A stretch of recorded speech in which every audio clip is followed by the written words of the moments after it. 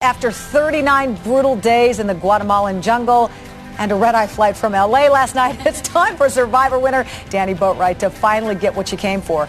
Doing the honors is another Survivor millionaire fan favorite, Rupert Boneham. Hey, ladies, congratulations. Rupert, have a seat. Oh, thank you. There, look now, Danni, take a look at this check. Just look at it. That's a big check. That's a big check with a lot of zeros on it. Oh, that's nice. It's a great. What does that feel like, Danni? Oh, $1 million. It's awesome. Last night, as soon as they announced me the winner, I was like, first thing that went through my head was, it's Christmas. I mean, I'm going to have a good Christmas for all my nieces and nephews. Right. Stephanie, I mean, you played this game with such incredible heart. And, you really were, we watched you in Palau, and then when we saw you come back, we were like, oh, right.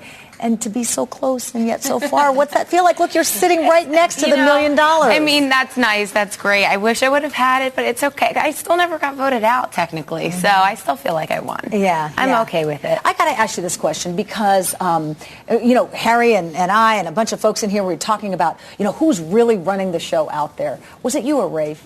It's kind of both of us together. I would think of some things, and he would think of some things, and we'd kind of discuss, and he'd be like, no, I think we should do this, and we both made some big decisions together, but he was pulling for Danni. I mean, the reason Danni's sitting here he voted for you at the...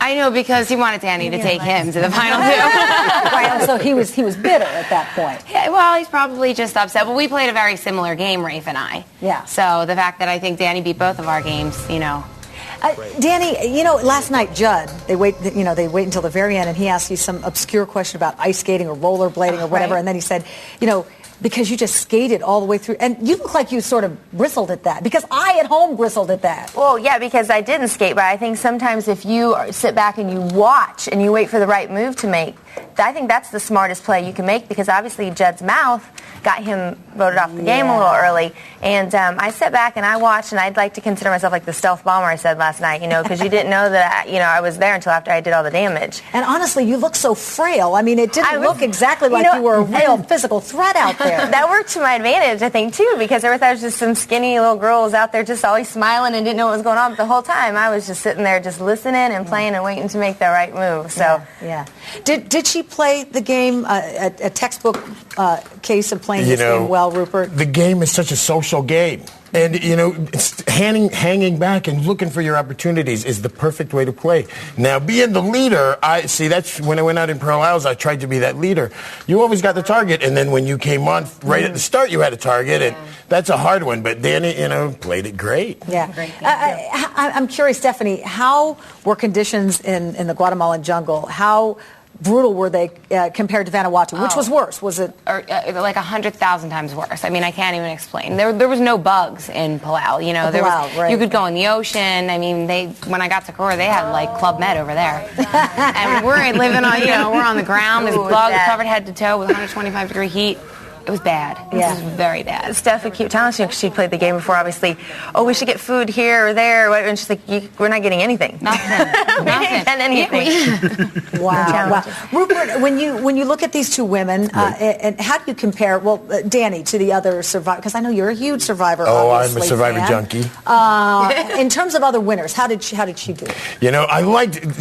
Danni is not that one that's just lied and cheated and connived to the final two. Both of these ladies right there played the great game. But Danni, it's nice to see, somebody with heart win. Mm-hmm. Both of these ladies making it to the final two. I like seeing how they played. Yeah. They played great. Would you do anything differently? Would you play a third time if you were asked? Not right now. I don't think my mind if you take it. Right after you have a baby, they go, you want another one? You're like, no, I don't want to talk about that right now. Give me a year. I think my family might have a heart attack, but give me like a year maybe. I'm not sure. But I wouldn't change anything. What about you? What are you gonna spend your money on? Well, I talked to Stephanie about this when I was when we were actually in the jungle. I would love to be a parent. I love kids so much, and I'm 30, and I really am going to look into adopting next summer. I always thought China, but possibly now Guatemala, since I've been there, and I just think it'd be awesome. I have family that are missionaries and who have just traveled all over, and they have a ton of kids, and it's, they've thought about doing the same thing in Guatemala, so I would like to possibly do that next summer. So we'll see. Neat. That's a neat goal. Well, it's good to see you with this big smile on your face. Get some rest tonight. Stephanie, always good to see you. Thank you. And Rupert, good to see you. Thanks for Renee. sharing all your insights on the game with us.